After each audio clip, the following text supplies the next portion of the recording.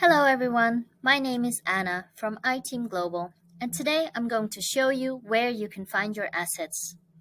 First of all, iLink is only accessible for users, so please log in or contact your local iPartner on how to get iLink.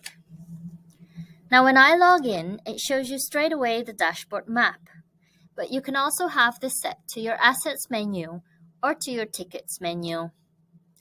The dashboard map uses Google Maps, so you know how it works.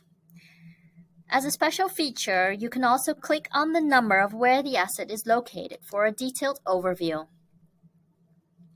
By clicking on the picture, you can go straight into the asset details. Another way of finding your assets is by going to the Assets menu. The Assets menu shows a full list of how many assets you have in total, and you can search this quickly by entering the serial number, the brand, the type, the assigned group, the customer, or even site location to have a quick overview.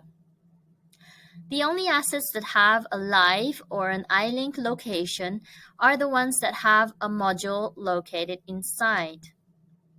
Those are a colored, or in this case, a blue icon. By clicking on one of these assets that is connected, you can go to the location, even more detailed. It shows you the location where you can toggle by date or even by time to see where your assets are located. And that's how you can find all your assets.